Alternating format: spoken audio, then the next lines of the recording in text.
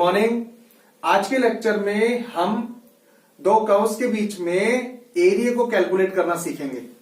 देखिए, जैसे हमारे पास में एक तो पैराबोला मान लीजिए y square is equal to x और line x is equal to 1, x is equal to 4 and x axis. तो देखो बच्चों, करना क्या होता है अपने को। सबसे पहले हमारे पास में ये सारी की सारी इक्वेशंस हमने लिख ली है, यानी जितने भी कर्व्स दे रखे हैं वो सारे के सारे हमने लिख लिए हैं।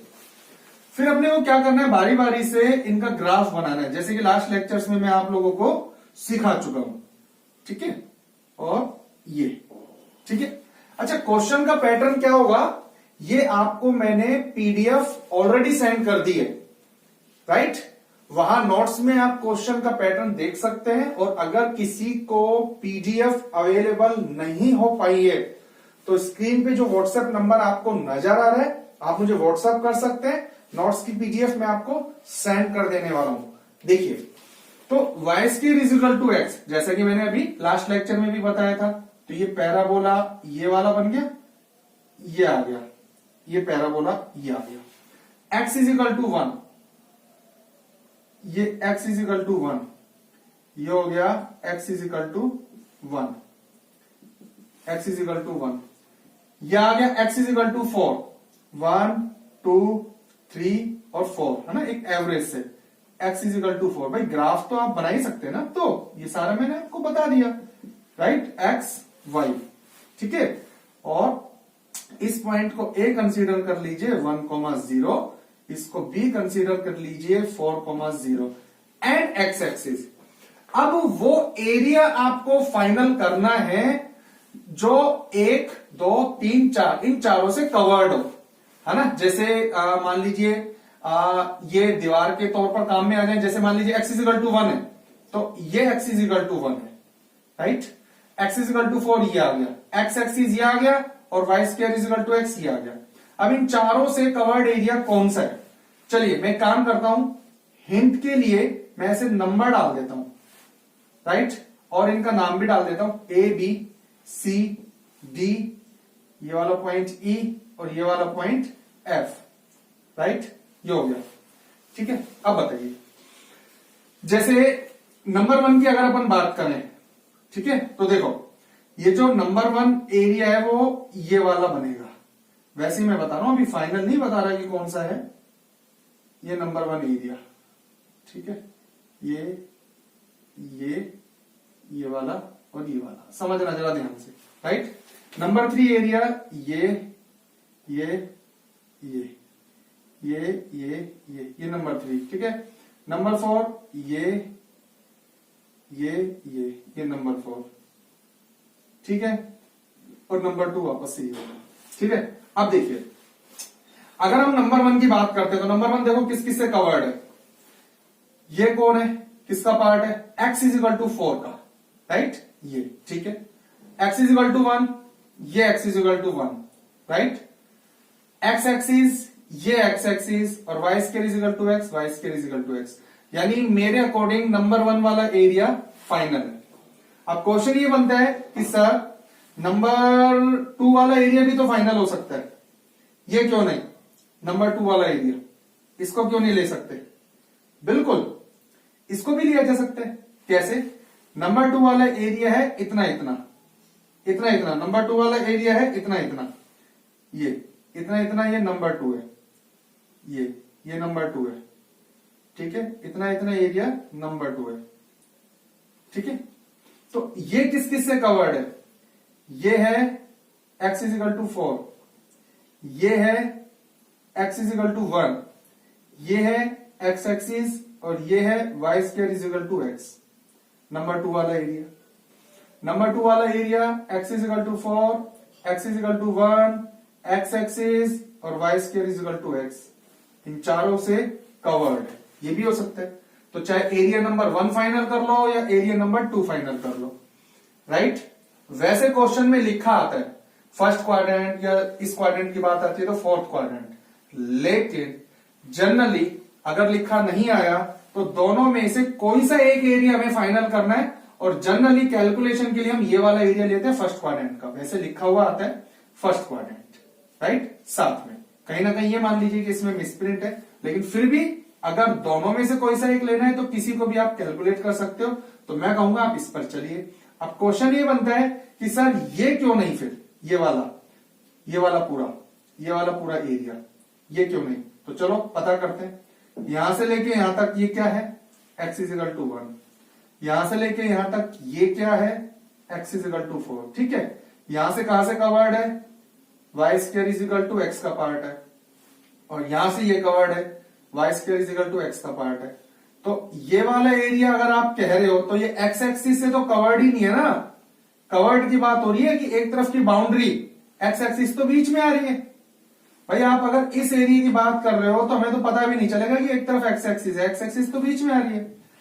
x एक्सिस एक तरफ का मतलब, जैसे इस एरिया को लीजिए आप, इस एरिया को फाइनल कीजिए, अब कहा जा सकता है कि इसमें एक तरफ x एक्सिस है, ये रही, राइट। तो एरिया नंबर 1, तो सबसे पहले डायग्राम बनाइए, फिर उसके बाद में एरिया फाइनल कीजिए। एरिया देखो कैसे लिखोगे आप, जिससे स्टार्ट करोगे, जैसे ए से स्टार्ट किया ना, फिर ए से चल के बी से चल के सी से चल के डी से चल के वापस से ए।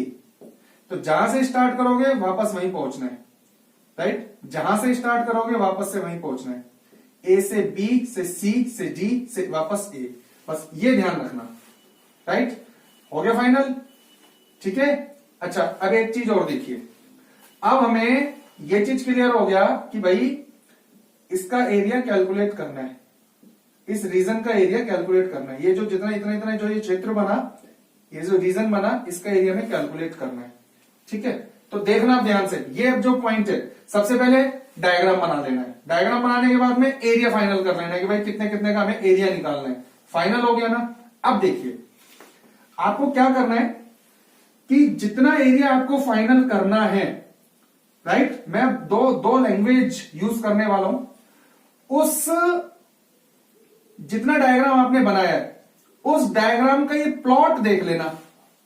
अब आप कहोगे सर कुछ समझ में नहीं आया, प्लॉट मतलब, देखो इसको ऐसे समझो, एक्स एक्सिस पूरी है, काफी बड़ी होती है, सिंपल लैंग्वेज में अगर मैं आपसे बात करूं तो बस आप ये देख लेना कि एक्स एक्सिस के ऊपर जो हमारे ये डायग्राम बन रहा है, वो एक्स एक्सिस के ऊपर कितना कितना इस एक्स एक्सिस की जमीन को कवर्ड किए हुए। इसको ऐसे समझो बेटा कि हम एक्स एक्सिस की जमीन को रेंट पे लेते हैं, राइट, किराए पर, रेंट पर ले रहे हैं, और इस तरीके से लेंगे कि बी यानी 4,0 से फिर इस तरफ ऊपर नीचे कहीं भी हमारा ये वाला ग्राफ नहीं जाना चाहिए।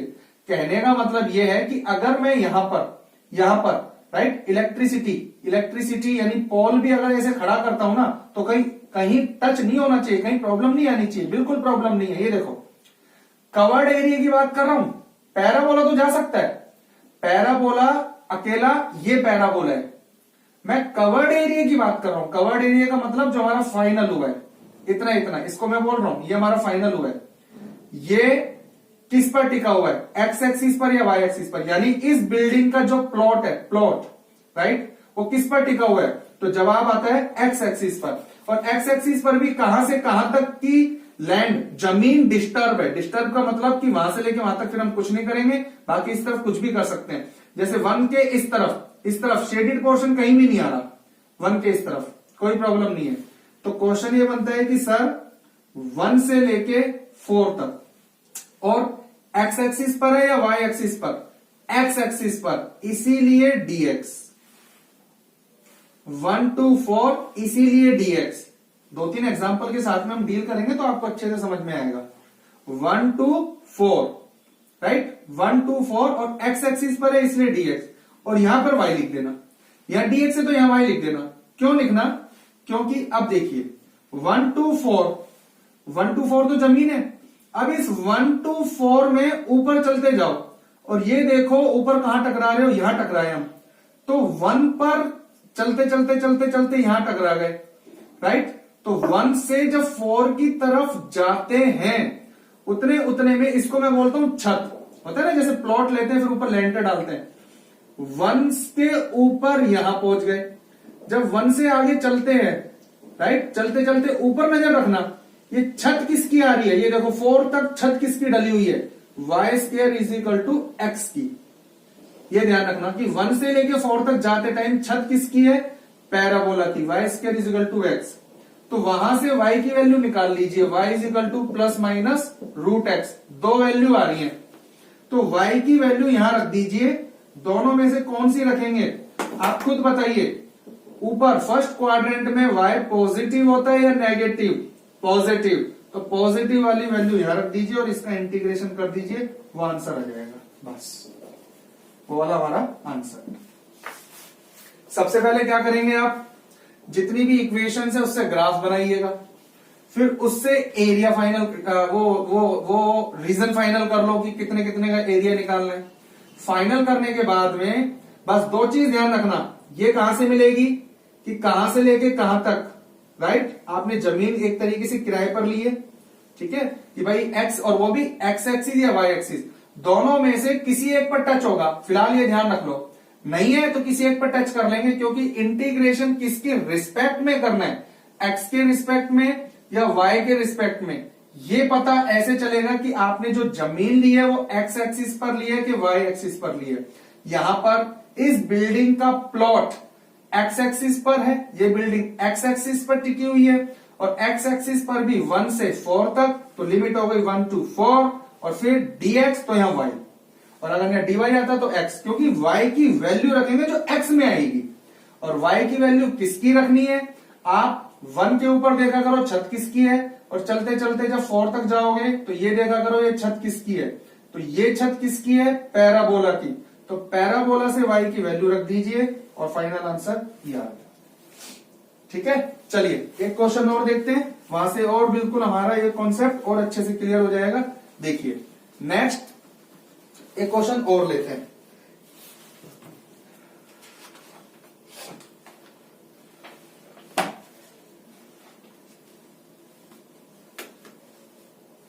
इस बार हमारे पास है x square is equal to 4y, x square is equal to 4y, ठीक है, x square is equal to 4y, right, y is equal to 2, y is equal to 4,